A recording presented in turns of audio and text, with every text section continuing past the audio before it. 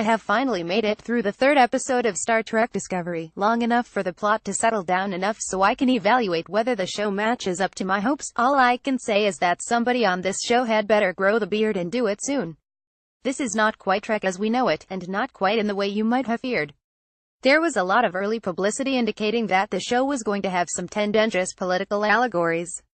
So far, they're not really there. This is why I avoided a lot of the advance publicity for the show. Actors have a long history of not being very bright, and producers like to impress their lefty Hollywood friends by claiming political allegories in their third-rate slasher flicks. So I didn't want to be influenced by that blather, and if I hadn't heard some of this through the internet grapevine, I would never have known it was there. Sonequa Martin Green, who plays our protagonist, said that her character's first name is Michael to show how gender-fluid people are in the enlightened 23rd century. Her character shows no particular signs of gender fluidity, and neither does anybody else in the show. Maybe that's where the beard will come in, but I doubt it. The Klingons are supposed to be allegories for Trump supporters, but they are just shown being warlike, xenophobic, and chauvinistic, which is firmly in the Trek tradition for Klingons from back when they were still allegories for the Cold War. I suppose if you want to draw the connection, you can do it, but it isn't forced on you. My concern is less political and more aesthetic, or even metaphysical. Man, is this show dark. One small scene at the beginning of the first episode captures the sense of life of classic Trek. Our protagonist and her captain are performing a do-gooder humanitarian mission on a desert planet when an incoming sandstorm interferes with their communications, so the captain asks our heroine to go for a walk and have a talk, which turns out to be her way of signaling the ship by tracing the outline of a Federation star in the sand. It was a nice touch, it worked, and it hit all the right notes: idealism, camaraderie, ingenuity, a hint of danger, and a flourish of humor. It was literally the second scene in the new series, and it's the last scene of its kind that we've been shown so far. Shortly after that, we enter into a very different Trek. Here's a summary of the plot up to this point, with plot spoilers, but if you haven't already watched the shows, you probably don't care anyway. Our protagonist, a young woman inexplicably named Michael Burnham, is the first officer of a Federation starship under the command of Michelle Yeoh's Captain Georgiou, who has a French name and a Chinese accent. But hey, this is the 23rd century, after all. They encounter a Klingon ship under the leadership of a charismatic visionary who proceeds to reunify the fractious Klingon Empire in a war against the Federation. Burnham advocates that Starfleet fire be first to show the Klingons we are not to be messed with. When this strategy is refused, she mutinies and tries to shoot first anyway.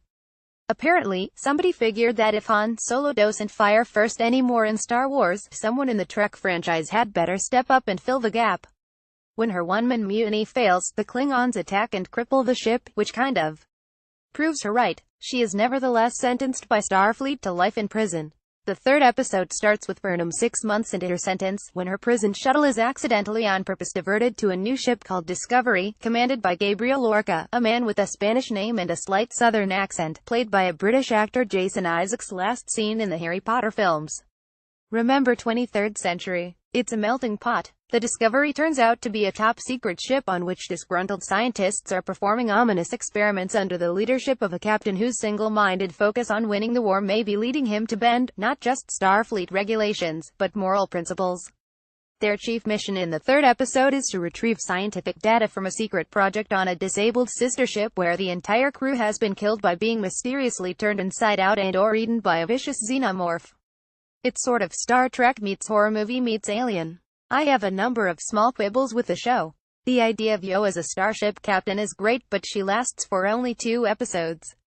There's a subplot involving some kind of Vulcan mind meld over 1,000 light-years, which requires way too much suspension of disbelief, even by the applied phlebotomy standards of Vulcan physiology. It comes across as the kind of woozy-mystical plot device you expect from Star Wars, rather than something from the rational technological universe of Star Trek. Similarly, Federation ships coming out of warp speed now look exactly like Star Wars ships popping out of hyperspace, a basic failure to maintain the difference in look and feel between franchises. Discovery has a tuneless theme song with opening credits visuals borrowed from a James Bond movie minus the silhouettes of naked women. This might not seem like a big deal, but it was a bad theme song that arguably killed the last Star Trek television series. Most previous series offered sumptuous visuals of weird planets and advanced spaceships, accompanied by soaring orchestral music, so even if an episode wasn't very good, you at least knew the credits would be worth watching. These I fast forward through. The plot so far is just too much. It's the intensity you might expect from a season finale cliffhanger, but right off the bat, no doubt because of the way the show was launched with its first episode on the regular network and subsequent episodes streaming online. You have to have an immediate cliffhanger to herd viewers into paying $5.99 a month just to find out what happens next. But this doesn't leave enough time to build up the storytelling or character development.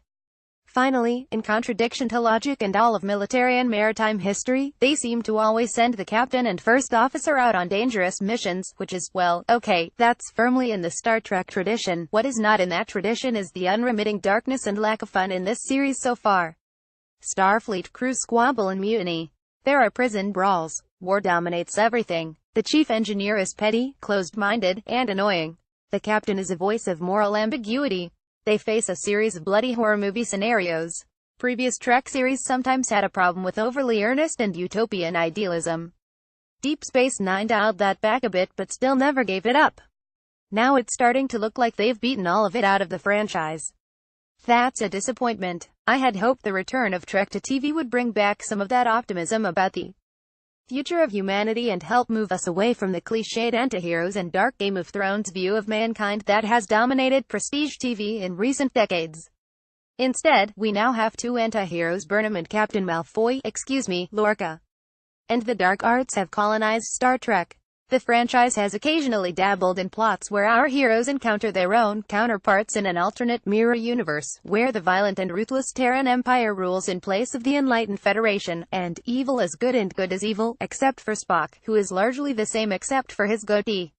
So far, Discovery has me wondering if they ever make a mirror universe episode, how will we tell the difference? Maybe that's what they're working up to, and the big plot twist is when Spock finally makes his cameo, and he steps off the shuttle and there's his goatee.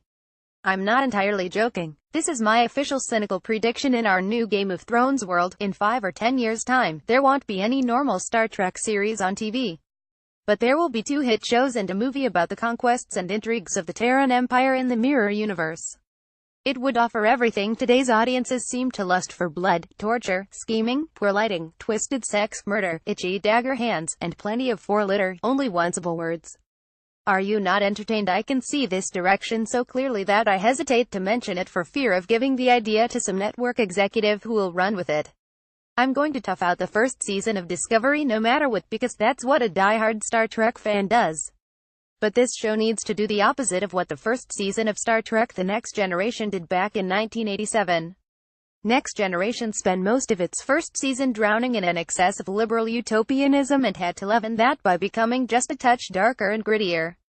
Discovery starts thoroughly dark and gritty and needs to counteract that with a healthy dose of utopianism. The point of all the earnest idealism in Star Trek was never that human nature was going to fundamentally transform or that all of our troubles would cease. Nor was it because the original series was conceived in times that were calm and free of strife. The late 1960s were terrible, filled with war and riots and assassinations. Precisely because the times were so awful, we needed a vision that told us it was possible to progress and eventually get beyond the problems we have today, that we could reach a world where we conquer war, racism, poverty, and oppression at least on Earth, and move on to bigger and better things in the wide open spaces of the galaxy. Today, we don't need Game of Thrones. If we want strife, ugliness, murder, and endless scheming, we can just read the news. What we really need is a little more of the old Star Trek optimism, and if Discovery wants to bring back Trek, that is what it needs to rediscover. Follow Robert on Twitter.